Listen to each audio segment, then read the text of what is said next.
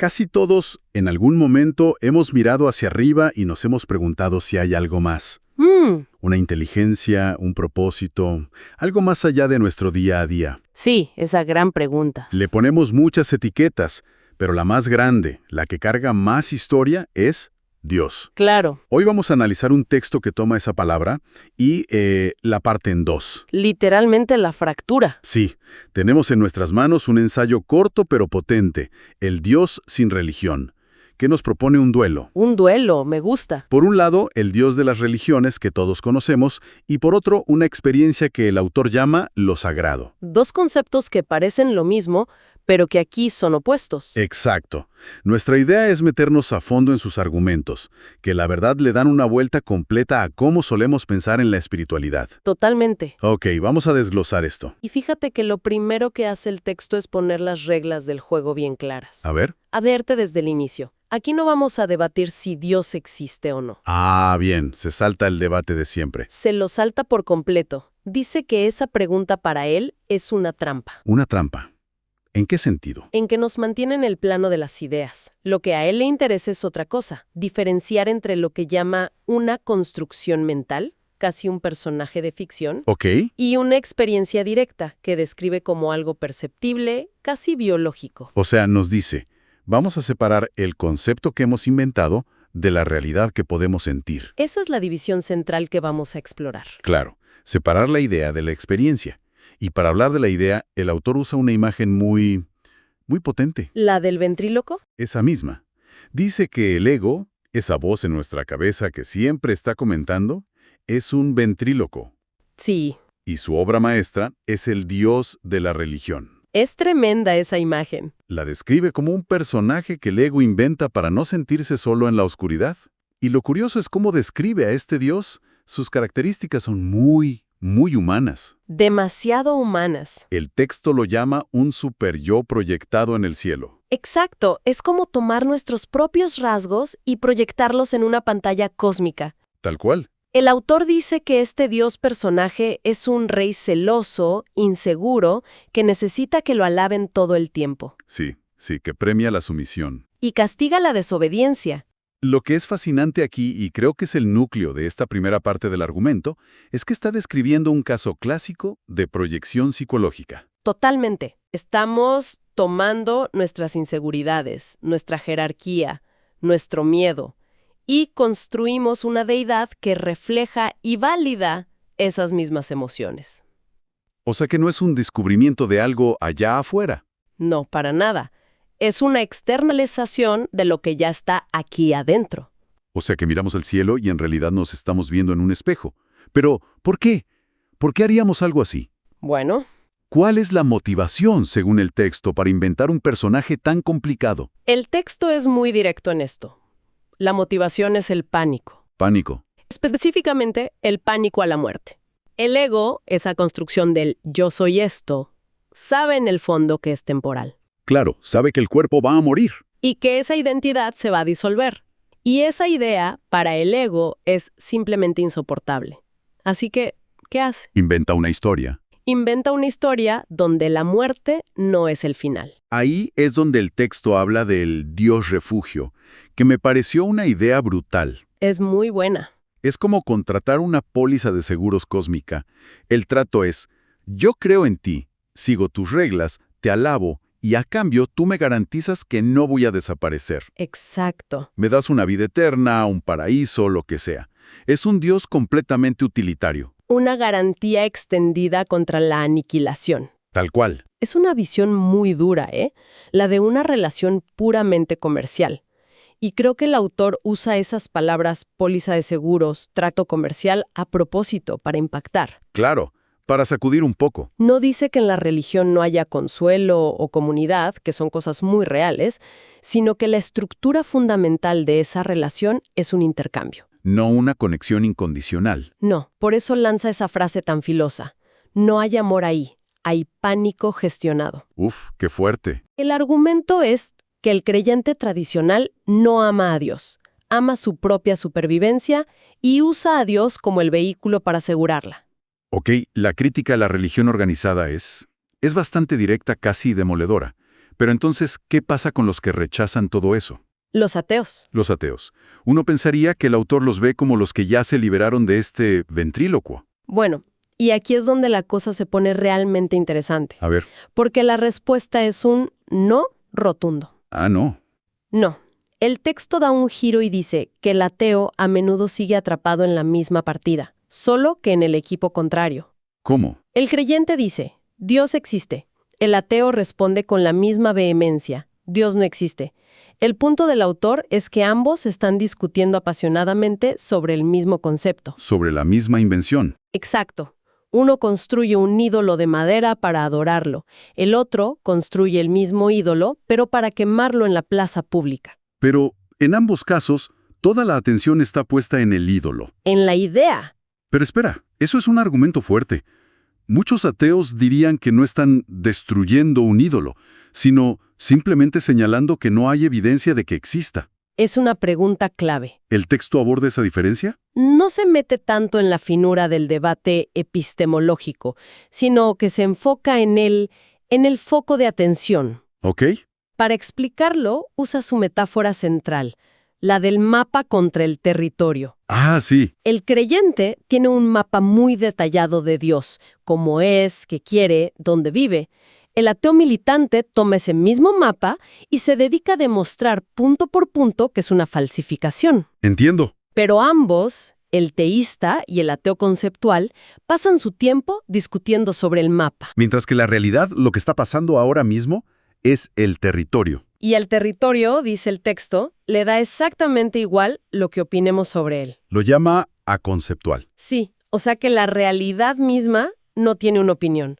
Un árbol no es creyente ni ateo. Simplemente es un árbol. Exacto. Las etiquetas vienen después, son cosa nuestra. Y esa realidad, cuando se mira sin el filtro de las creencias, el autor la describe como misteriosa, inmensa, viva. Y sí, y que no necesita de nuestra fe para ser sagrada. Justo. Y con esa idea, el autor nos tiende un puente a la segunda mitad de su argumento. Ok. Ya deconstruyó al dios del miedo. Ahora la pregunta es, si dejas de discutir sobre el mapa, si lo guardas, ¿qué es lo que ves cuando miras el territorio directamente? ¿Qué queda? ¿Qué queda cuando esa construcción mental se derrumba? Y la respuesta no es el vacío. No es el vacío o la nada, sino una palabra, asombro. Sí. Y para que no suene a una idea hippie y abstracta, da ejemplos muy aterrizados. Muy concretos. Habla de la sensación que tienes al mirar una célula viva en un microscopio, al ver el nacimiento de un hijo, O al pararte frente al mar y sentir su inmensidad.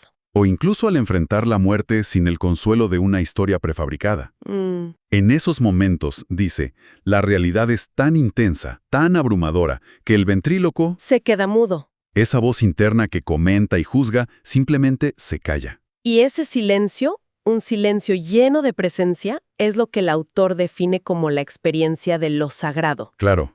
Y es clave entender que no lo describe como una idea bonita o un sentimiento, sino como una sensación física. Física. Sí, una percepción de ser increíblemente pequeño y al mismo tiempo de pertenecer a todo, de una intimidad absoluta con lo que es. O sea que el cambio de perspectiva que propone es pasar de la percepción del ego, que es yo estoy aquí y el universo está allá, separado de mí, A una percepción donde esa separación se disuelve.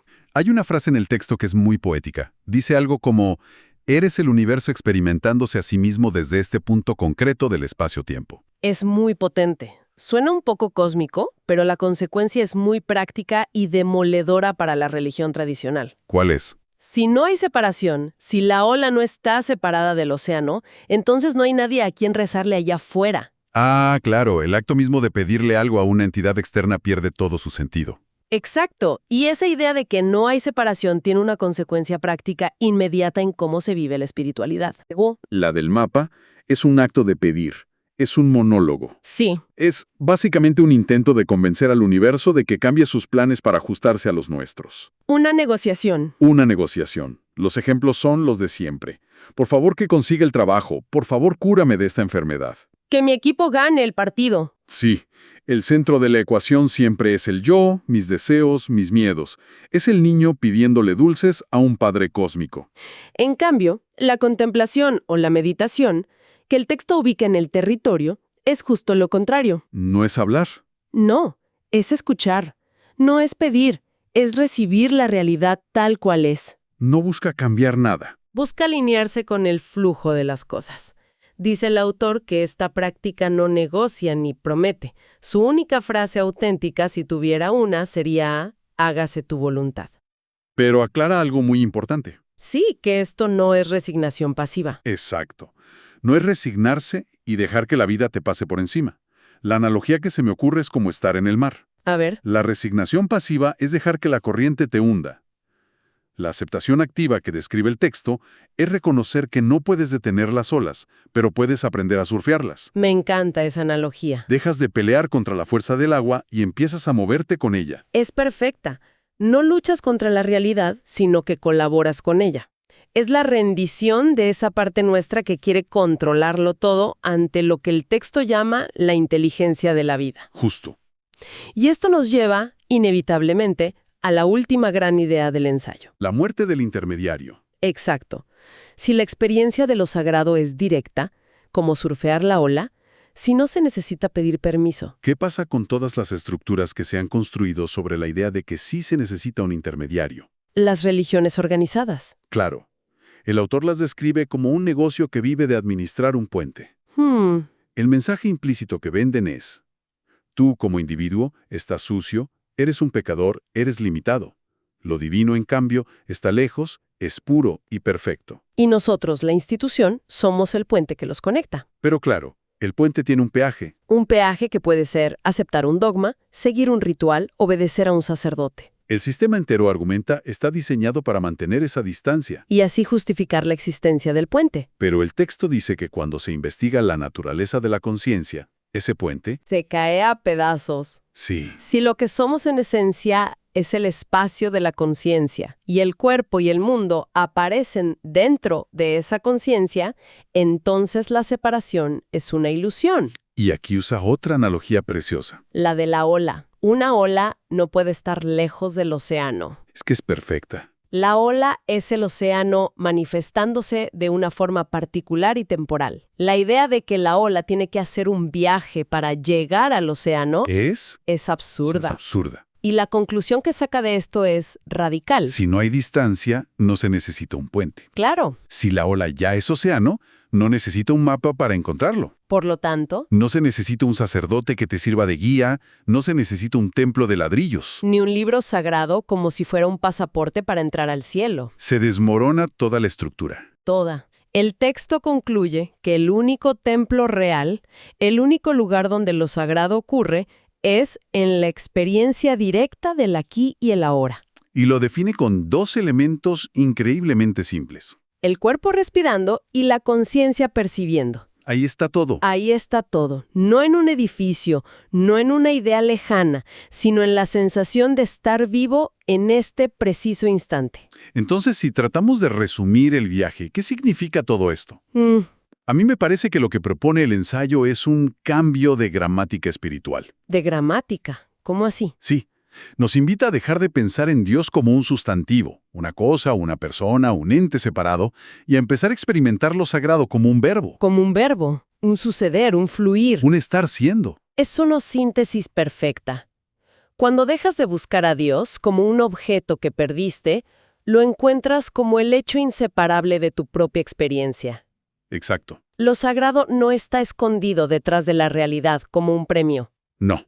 Es la realidad misma, cuando por un instante desaparece el filtro del yo que intenta poseerla, analizarla y etiquetarla. Y me encanta cómo lo aterriza al final, para que no se quede en la estratosfera. Sí, es muy práctico. Dice que esta experiencia no la encuentras necesariamente en visiones místicas o retiros, sino en lo más mundano, En el día a día. en el calor de la taza de café por la mañana, en el dolor de rodilla que te molesta, en el ruido del tráfico. En el llanto de un bebé o en el silencio profundo de la noche. Porque no es un alguien en quien creer, es este algo que se revela cuando la mente, por fin, deja de inventar personajes y simplemente mira. Y cierra con una frase que es casi un manifiesto, ¿no? Una instrucción directa y potente. Sí. Mata al ídolo para que nazca lo sagrado. Deja de creer para empezar a ver. Uf, es un final que te deja pensando. Y nos deja con una reflexión final. El texto sugiere que esto de lo sagrado es una experiencia de percepción, no de creencia. Ajá. Y eso plantea una pregunta interesante. Si uno deja de buscar activamente una experiencia espiritual, se abandona la caza de momentos trascendentales, ¿en qué momentos inesperados y completamente cotidianos podría revelarse por sí sola esa sensación de asombro y conexión que el autor describe?